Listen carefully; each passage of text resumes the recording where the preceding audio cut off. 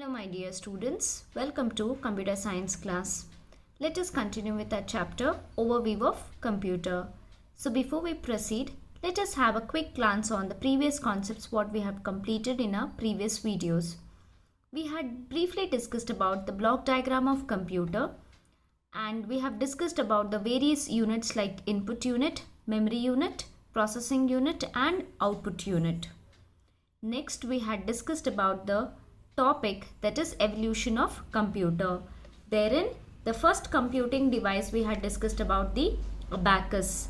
Abacus is being referred to as the first known calculating machine that was being used for the counting purpose. Abacus was mainly developed to perform the addition, subtraction, division and multiplication and even to perform the complex calculations. Next we had discussed about the Napier's bones. The Napier's bones was being developed by a Scottish mathematician known as John Napier. Mainly it was being developed in order to perform the multiplication. Next we have discussed about the slide rule. Slide rule was invented by William Outred, wherein the slide rule was able to perform multiplication and division by the method of addition and subtraction. Then finally we had discussed about the adding machine called as Pascaline. So this was developed by a French philosopher known as Blaise Pascal, which was able to perform addition, subtraction, division and multiplication.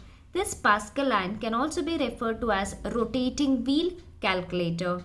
So in today's video class we shall discuss few more computing devices. The first computing device in this video class we are going to discuss about the Leibniz calculator. The Leibniz calculator was being developed by mathematician called as Gottfried Leibniz in the year of 1650. Now this Leibniz calculator was able to perform addition, subtraction, division and multiplication. So you can have a glance on how the Leibniz calculators was like. Okay, so this is an image. Another image I have about the Leibniz calculator. This Leibniz calculator was very much similar to that of the adding machine actually. Initially adding machine was able to perform only addition and subtraction. Okay, and then this Leibniz calculator was an improvement over that Pascaline machine, okay, which was able to perform addition, subtraction, division and as well as multiplication. Let us move on to the next computing device, that is Jacquard's loom. The Jacquard's loom was being developed by a person known as Joseph Mary Jacquard. He invented actually the powered loom. What is this powered loom? Powered loom in the sense it's a machine that can weave the pattern. You can see here. Now this was actually a powered loom machine which was being referred to as a Jacquard's loom because it was being developed by the person known as Joseph Mary Jacquard. Alright, so this powered loom was using the punched wooden cards. Can you see? This is a punched wooden cards, okay, to automatically weave the patterns of text and pictures. Earlier other computing device machines which we have seen was working with only the numbers. Okay, it could perform only the calculations, but the Jacquard's loom was able to even print the pictures as well as on punched wooden cards. So this Jacquard's loom was being considered to be as the first only read-only memory device. Alright, it was able to incredibly weave the text as well as pictures by using this Jacquard's loom. You can see the punched wooden cards. This is how it was actually incredibly was weaving the patterns. It was supporting for text, numbers as well as the pictures. Alright. So this is how the punched wooden cards will look like. Okay. Moving on to the next computing device, that is Charles Babbage. The Charles Babbage in the year of 1822. So he was a British mathematician and engineer who designed an automatic calculating machine called as difference engine. Okay, so he was a Charles Babbage. He actually designed an automatic calculating machine called as difference engine which was able to perform the differential equations. Later Charles Babbage he started designing a mechanical digital computer called as analytical engine.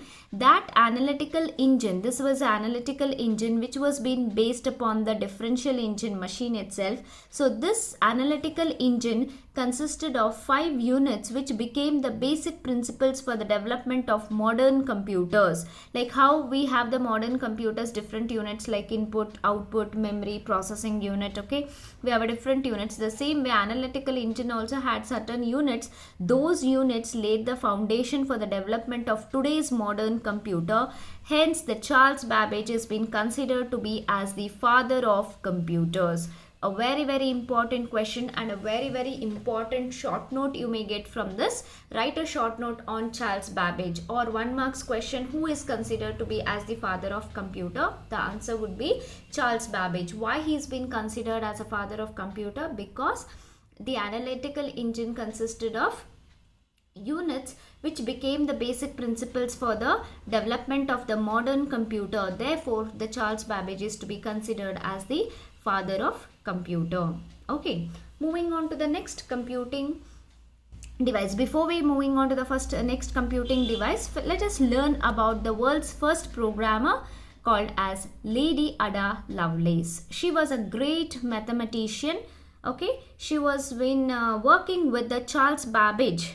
Okay, she was been working on the Babbage's analytical engine, and her notes on this analytical engine was being considered to be as the first computer algorithm. So what is an algorithm? Algorithm is nothing but it is a step-by-step procedure in order to solve some specific task. That means it is a step-by-step procedure, in the sense step-by-step instruction in order to perform some specific task. So Lady Ada Lovelace worked with the Charles Babbage on analytical engine, and whatever the note she has written for that particular analytical engine was being referred to as the first ever computer algorithm.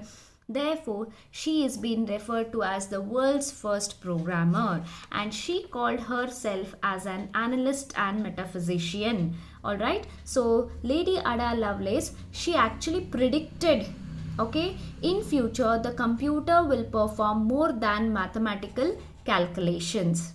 Alright, so now let us move on to the next computing device, that is tabulating machine.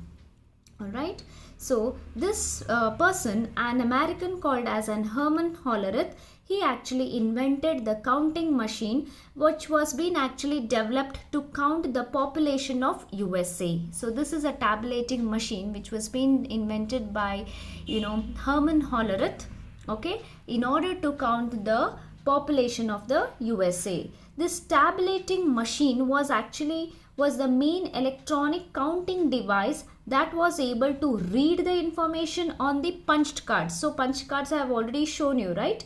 So it was able to read the information on the punched cards and process the data electronically. Therefore, the tabulating machine was mainly using the punched card, its main main kind of source it was using. Therefore, Herman Hollerith brought that punched wooden card reader into the business world by founding the tabulating machine company, which later now it has become as IBM. That is, IBM actually stands for International Business Machine. So this tabulating machine was mainly using its electronic component in order to read and process the data electronically, that they were using the punched wooden cards they were using.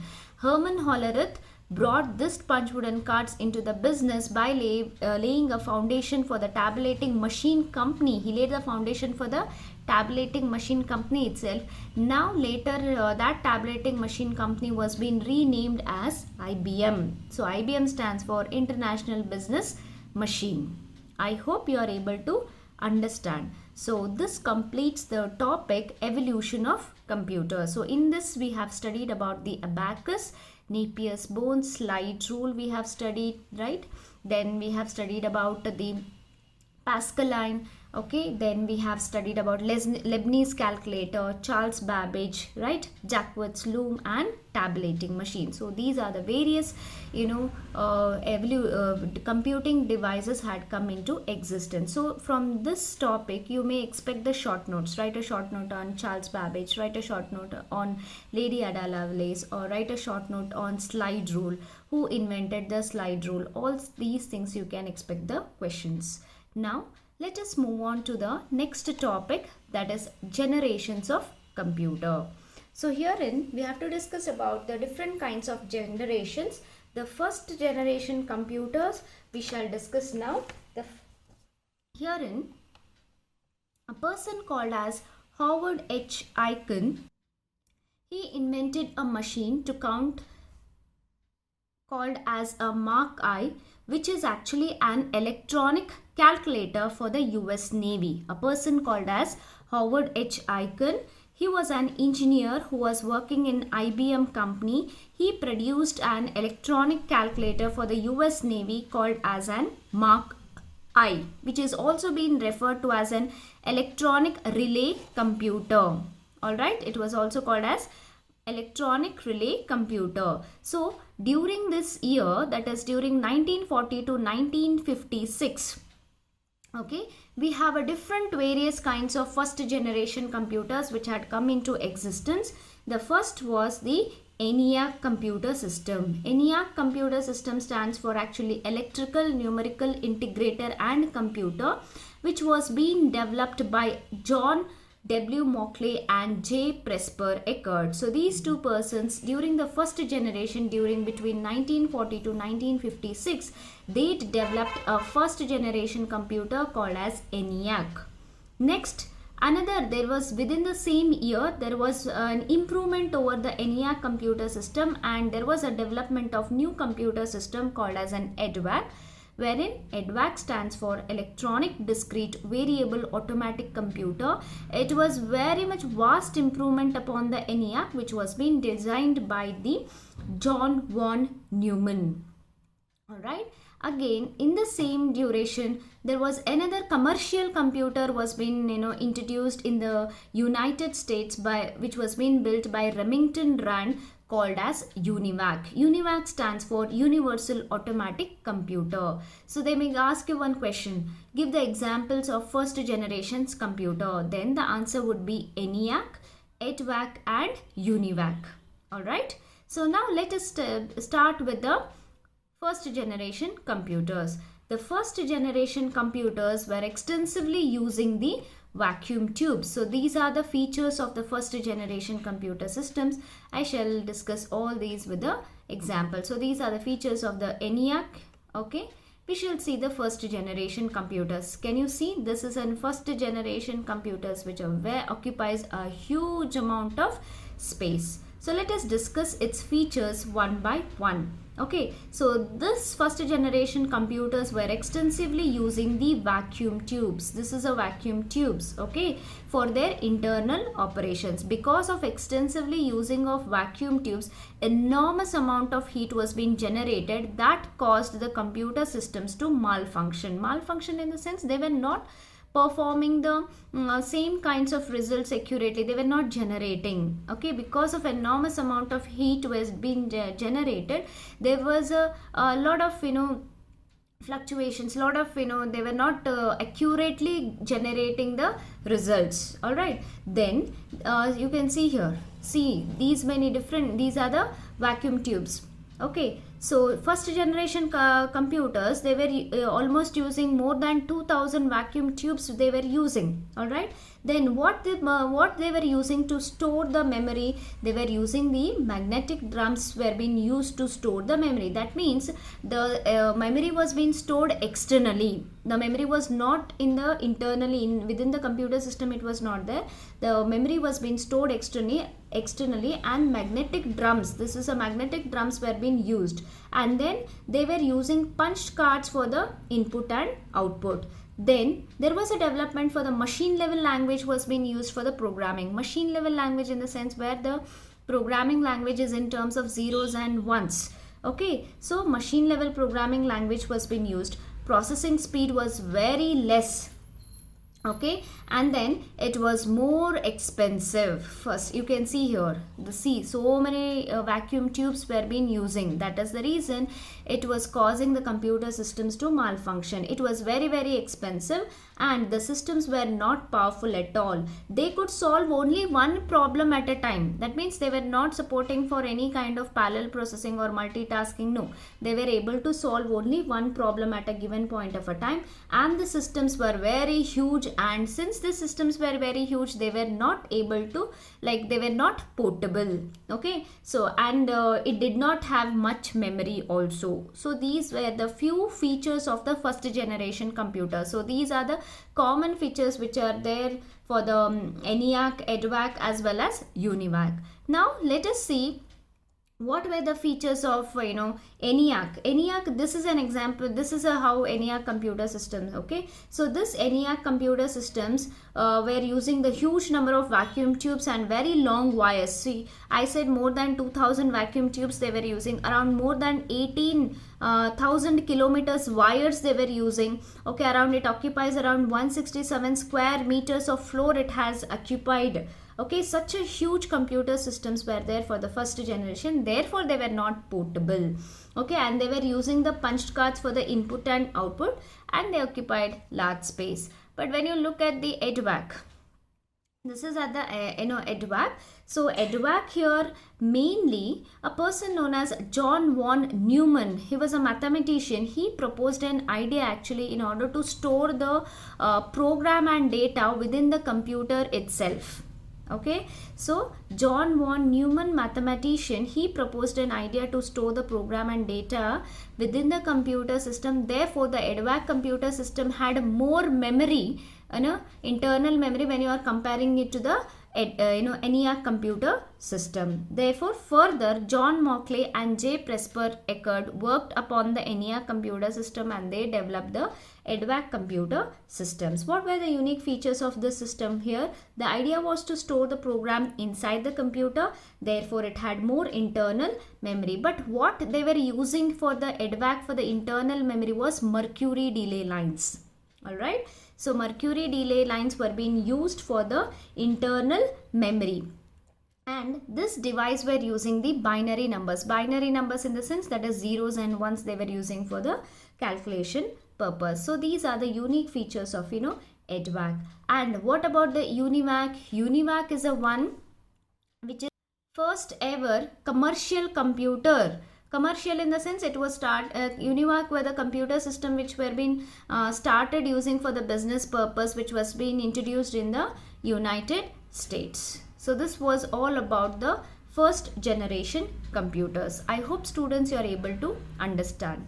So let us move on to the discussion of the second generation computer system. The second generation computer system was between the 1956 to 1954 to the 1959 actually. But as per your textbook, it is 1956 to the 1963. So in the second generation, extensively we were using the transistors. Here you can see this is the transistors. So all the vacuum tubes were being replaced with a transistor. That made the computer systems were much smaller, they were faster, cheaper and more reliable than comparatively to the first generation computer system. So in the second generation, there was a development of the high level languages like COBOL and Fortran. So COBOL is a programming language, Fortran is also a programming language. COBOL stands for Common Business Oriented Language and Fortran stands for Formula Translator. Alright, now let us discuss the different features of the second generation computer systems. So here in second generation, as I said, transistors were used for the internal operations. So that made the computer system to become smaller in size. So punched here also we were using the punched cards for the input. Okay, and we were using printouts for the output we were using. And then magnetic codes were being used for the main memory. Main memory is also being called as an internal memory, isn't it? So magnetic codes were being used for the main memory, and herein we had also provision for the secondary memory. For secondary memory, they were using the magnetic tapes and magnetic disk. This is a magnetic disk. Okay, we were using the secondary memory. Definitely then we were having more the main memory as well as secondary memory. Definitely the computer had more memory comparatively to the first generation. And then there was a development of assembly level language were being used for developing programs. Assembly level language, it is one of the low level language, so wherein that could be easily understood by the computer. So that is what assembly level language. So all this, what is assembly level language, we shall discuss in the different chapter. So by now you just understand the assembly level language is one of the low level language which could be easily understood by the computer system. So therefore overall the second generation systems were much faster, they were more powerful, okay, reliable, cheaper, smaller, and had more memory comparatively to the first generation computer system. Now we shall move to the third generation computer system. So in the, see, this is one of the layout how the second generation computer systems were. Okay, now we shall move to the third generation here. So the third generation computers were between the year 1964 to 1971. Here we were using the integrated circuits. So first generation we were using vacuum tubes. Second we were using the transistor. Now third we are using the integrated circuits. Okay, a person known by as Jack Kilby, he was an engineer working in Texas Instruments. He actually developed the ICs, okay, that replaced the transistors. Now since we were using the ICs, the size and the speed and the efficiency of computers were more comparatively to the second generation computer system. Let us see one by one what are the features of the third generation computers. So ICs were being used. IC actually stands for integrated circuits on silicon chips were being used for the internal operation. So ICs on silicon chips, in the sense, look at this. These are all made up of silicon. So integrated circuits on silicon chips were being used for the internal operations, and there was a development of mini computers. So this is a mini computers. When you look at this, what we were using for the input and output, you can make out. So for the input we were using the for the keyboards we were using, okay, and for output we were using the monitors, okay, and then we were using the magnetic hard drives we were using for storage purpose. We started using magnetic hard drives were being used for the storage, whereas for keyboards and monitors were being used for the input and output. Therefore here the maintenance cost was very low and hardware failures were negligible comparatively to the second generation system. So the systems were started using for the general purpose, okay, and then they were also used for a lot of for the commercial purpose. Therefore the third generation computer systems were much faster, more powerful, okay, more reliable, cheaper, and smaller in size when we are comparing to the first, second, and third generation. See, for generation to generation it differed. What is the main different electronic components where we were using. Children, this generations of computers are very, very important. So you may expect 5 marks question here. So what is the main electronic component that is used in the first generation computer system? That is vacuum tube. What is the second, the main electronic component used in second generation? That is transistor. Similarly for the third will be IC. And they may ask you for the 5 marks question. Write the features of first generation computer system, write the features of ENIAC, write the features of EDVAC, okay, expand ENIAC, EDVAC, UNIVAC, okay, list the features of the second generation's computer. Like this you may expect 5 marks questions on the topic, that is generations of computer. I hope you are able to understand. So in today's video class, we could complete the evolution of computers, and we have discussed the generation of computers till the third. So we have another 2 generations to be discussed. We shall discuss in our next video class. Thank you, students.